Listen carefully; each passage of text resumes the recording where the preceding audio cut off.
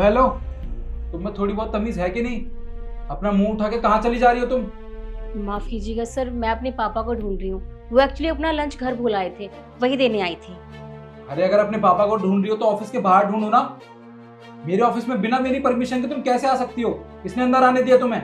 देखिए, मैंने बाहर पूछा था, किसी को पता नहीं था, इसलिए मैं अंदर पूछने के लिए आई हूँ। अच्छा,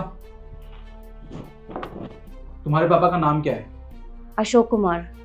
अच्छा, तो तुम अशोक की बेटी हो जो हमारे यहाँ पे पीएम का काम करता है? जी। कोई बात नहीं, अभी उसको बुलाता हूँ। उसके सामने तुम्हें सबक सिखाऊंगा ना, तब तुम्हें पता चलेगा कि तुमने कितनी बड़ी गलती की है। समझी तुम?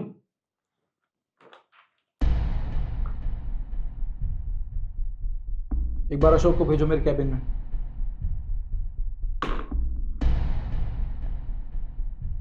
साहब मैं अंदर आ सकता हूँ?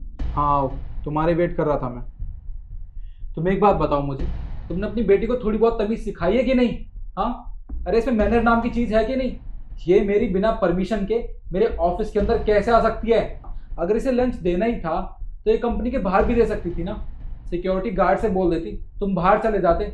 पर नहीं, इसने ऐसा नहीं किया, मुंह उठा के चली आई मेरे ऑफिस में। अरे अगर हमारे कंपनी के एम्प्लॉयज ने इसको देख लिया तो क्या सोचेंगे? तुम बताओ, है तुम्हारे पास कोई जवाब इसका? अपनी बेटी की तरफ से गलती की माफ़ी चाहता हूँ, वो थोड़ी नादान है।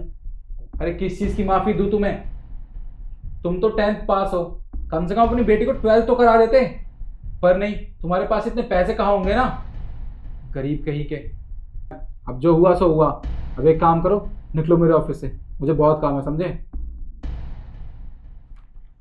अरे साहब, ये मिठाई का डिब्बा मिठाई? आपके लिए। ये मिठाई किस चीज की है? वो मेरी बेटी ने ना यूपीएससी क्लियर कर ली साहब। अब मेरी बेटी बड़े अफसर बन के आएगी, इसी खुशी में आपके लिए मिठाई का डिब्बा। क्या तुम्हारी बेटी ने यूपीएससी का एग्जाम क्लियर कर लिया? हाँ, ये तो बहुत खुशी की बात है। अब इन्होंने बताया था मुझे। खैर, मिठाई का डब्बा ना आप बाहर रिसेप्शन पर रख दीजिए, मैं बाद में ले लूंगा, ठीक है? आप जाइए।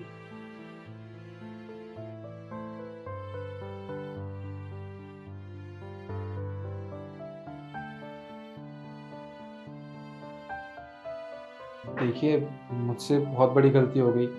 मुझे आपसे इतनी बदतमीजी से बात नहीं करनी चाहिए थी।